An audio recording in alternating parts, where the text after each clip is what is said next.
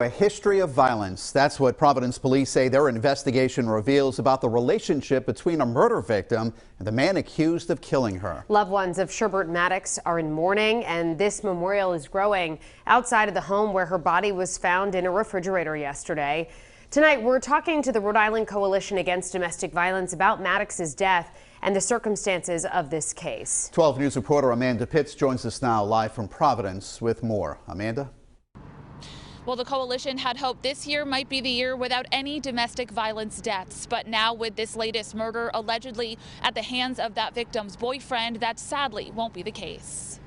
A memorial growing bigger by the hour outside of the Parkes Avenue home where Sherbert Maddox was found dead. Police saying this man, 53-year-old Nathan Cooper, is responsible. She was actually wrapped in several layers of types of saran wrap, towels, blankets, and then she was placed in a refrigerator. Her body was found around 2:30 Tuesday morning, but police estimate she could have been killed days prior by a gunshot. In court Wednesday, Cooper was arraigned for her murder following an emotional outburst.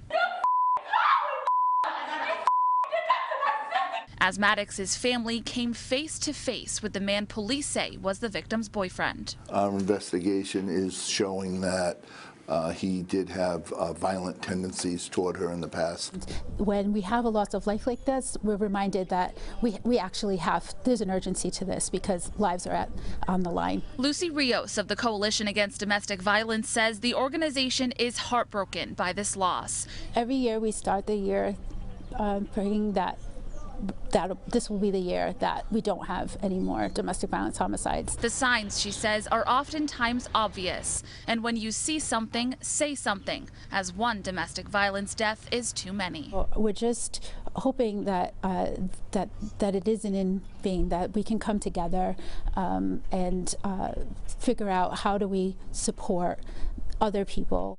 As for Cooper, he was ordered held without bail in court. In Providence, Amanda Pitts, 12 News.